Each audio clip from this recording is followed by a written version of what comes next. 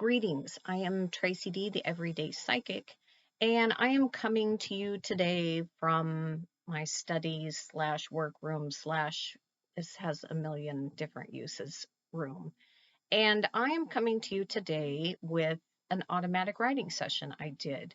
I'm really trying to figure out still where I'm going with this channel. Do I want to do tarot cards? Do I want to do predictions? I don't know. I'm still in the process of figuring it out. So bear with me, please, as I try to figure out where I'm going. I still haven't even halfway figured out where I'm supposed to be looking at on the camera. So sorry, I'm working on it. I'll figure it out eventually. It takes time. But, I had a friend who asked me a question yesterday, and it was a question that's really topical for the current times. And so I went ahead and asked it in my automatic writing, and the answer gave me hope. And so I thought I want to share that hope with others who have the same kind of turmoil going on inside in this current time period. And so my first question I asked was on racism. And then from there, it led me to other questions that I got the answers to from Spirit. And I would like to share those with you also. But bear with me, I'm going to have to put my glasses on to read my automatic writing. And not only that, anyone who's done automatic writing, which just a little brief explanation is if you want to connect with your spirit guides and your angels, you can do it through automatic writing because what it does is it clicks us into a different part of the brain, which makes it easier for them to communicate with us. It's a very easy process. You can sit quietly in a room, you do some meditation to kind of calm your brain down, and then you ask your guides to come in and you can ask for protection. I always ask for protection from Archangel Michael.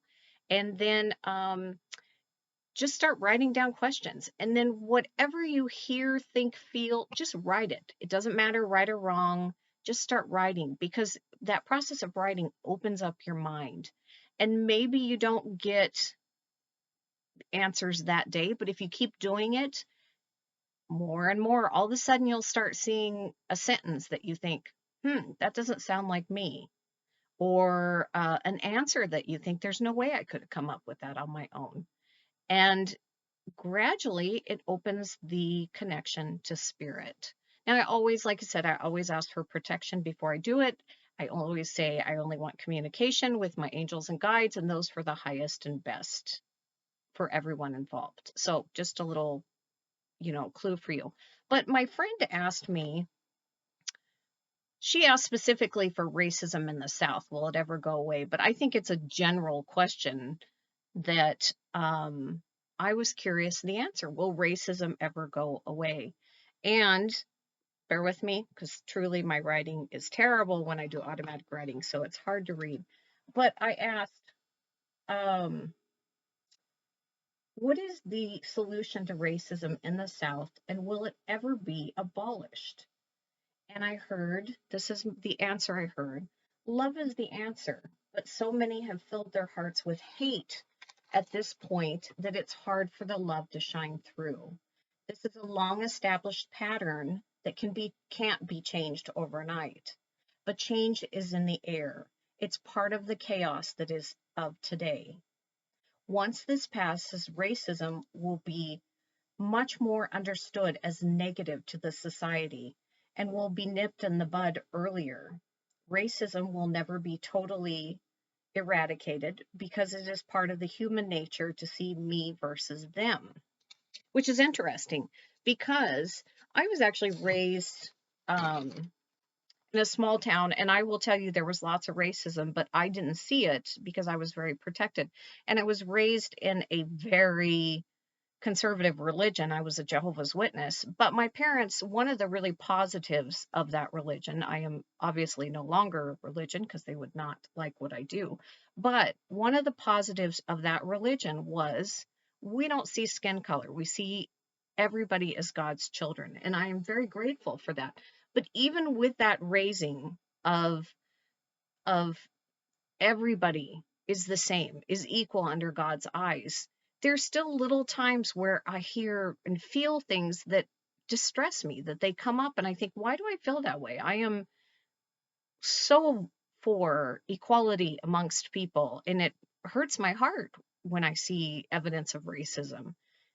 And so when I read that it's part of human nature to have us versus them, I thought, okay, well, that makes a little bit of sense as to why that's there. And I will tell you, if I ever have little upbringings of um, what I don't feel is the purest emotion for my brother and sister, I really try to work on it. I am imperfect and I have those feelings, but I try to pinpoint them and I try to see if I can delve into why I'm feeling that way so I can get rid of that and work towards being a better me. Uh, Little side note, I am not a perfect person at all. And sometimes I make mistakes and I just say, "Ugh, it is what it is and I got to move on." But sometimes it really helps if you can delve in and find out why you're doing that. Okay, so now let's see if I can pick up on my messy writing. Um, it says, gosh, I don't even hardly know what it says because my writing is so bad, but something to the effect of, as the decades pass, more and more people, this next generations and the generations will come, will be taught love and acceptance. And I really like that. I mean, it's sad, and I think all of us know. I don't know whether to look here, up here. I'm still learning. Sorry. I think all of us know that this is not going to be something that goes away tomorrow. But it gives me heart to know that with each generation, we succeed a little bit more. And that is fantastic. That makes me really happy. Um, so then that Oh, okay. So then that made me think about other people who are discriminated against. I mean, there's everything. There's almost people discriminate against homosexuality, against fatness, against skinniness, against anything that's different than they themselves. People discriminate against. And so that got me to thinking about, and so I said, why do some people identify as not having a gender, as, you know, non-binary? And because my daughter's friends, she has several friends that are coming out as non-binary. And I thought the answer was really interesting. It says the soul is genderless. And so they just have a different connection to their soul. And I thought, oh, what a simple answer. I never even thought about that. The soul is genderless. If you believe, as I do, that we come down for different lives because we're learning lessons, and sometimes lives are wonderful with just a few lessons, and sometimes they are a shitstorm with lesson after lesson. But each time we go back, sometimes we come here as female, sometimes we come here as male. But the soul is neither slash both. It's genderless. And I thought, oh, well, duh. Yeah, okay. They come here, they have a little different connection to their soul than the rest of us. Maybe even a little more of a connection than the rest of us. Um, so my next question is, was it possible or is it possible to get rid of bias? Because this is all in the same theme. And it said, no, not as a human on this plane of existence as it is. That's part of the structural concept and contributes to the lessons that are learned. Um, so, but each of us on our own can work to get rid of bias. Just like I was saying earlier, if you have the thoughts come in your head about whatever you're biased against, that's human. It's okay. Don't like beat yourself up over it. Just, why am I thinking that? And what can I do to so I don't think about it like that again? And I'm going to just do this one last one. I had a couple other questions, but I know a medium and she is legit. I mean, legit. And she is dancing in this conspiracy world. And it confuses me because I think, why? Why is she doing that? You know, am I missing something? Is this conspiracy world real? And I'm going to caveat, because this leads to a different question. I actually delved into the conspiracy world, about, I don't know, 8 to 10 years ago. And it was actually something really innocent that took me into that world. And I can't remember what it was, but it literally led me down the path. And then I found a friend who liked conspiracy world too. And I stayed in that world for about 2 years. And so I know where I'm speaking from. I have experience. I was in that world for a couple of years, and I'll cross that bridge in a minute. But right now, I asked about this person who I know is a legitimate verified medium and why she believes in conspiracy theory. And this was my answer. Does she? How do you know this for a fact? You don't know this for a fact, do you? I can't read my writing, sorry. Um, she doesn't believe in the whole conspiracy world, but has pulled into the outskirts. This is her journey, and this correlates to some of her inner thoughts and her inner thought processes. But all it does is prove that she is human like the rest of us. It does not invalidate her abilities or make her inherently or less worthy. Excuse me, I can't read my writing. Or make her less worthy. She's still a light worker in God's eyes. And so that actually made me feel better. She's just human. Our angels and guides aren't going to correct us on everything. I'm sure I walk around with a lot of incorrect beliefs because that's part of my journey, is to learn from that incorrect thought or belief system. So conspiracy theory really, really bothers me. All this, it's so prevalent nowadays, and it's so easily accepted, and it bothers me in a way that I never thought that it would. And so I asked, why does it bother me? And it said, because you've seen the inaccuracies and the hate and the fear it creates. It's the opposite of harmony. And I was like, oh, yeah, that's exactly right. I remember that is actually why I left the conspiracy world. The first of it was because the things they said would happen never happened. They would just move the date. They would always, okay, this big event is going to happen in a month. And you're like, oh my gosh, the world's going to end. I got to get food. I got to get, cash, silver, gold, whatever. Like I really have silver and gold, but you know what I'm saying. I have to get ready because this huge event's coming. And then it wouldn't come.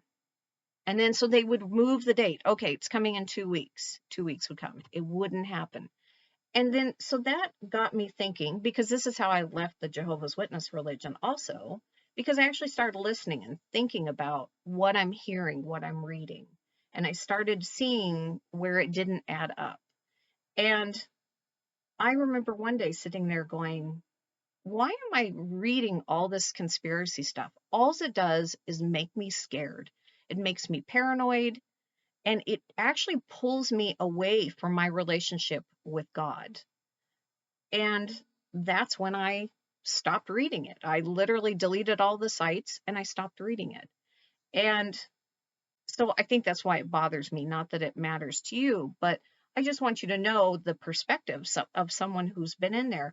But it is so, gosh, it is so cult like. It pulls you in strand by strand. And next thing you know, you are so heavily in it and you're constantly looking for that update, that exciting information that only you know and nobody else knows. Well, except for everyone else on the internet.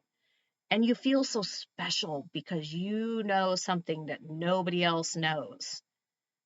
And, but if you really think about it, nothing ever happens. And you live your life in misery because you're constantly worried. You're constantly, when's the stock market collapsing? When's the economy collapsing? When are the civil war going to start? When are we, all these things, these terrible cataclysmic things that were going to happen. Conspiracy world loves cataclysmic events. I'm proud of myself for being able to say that, FYI. And so I don't know. We have so many people involved in it now. I don't know how long it's going to take for them to be able to see it's not the best way to live, because God is about love and light. And the more of us that connect with God and our angels, the happier we'll be. So with that little automatic writing session, thank you for joining me, and I hope you have a wonderful day. Blessings from my heart to yours.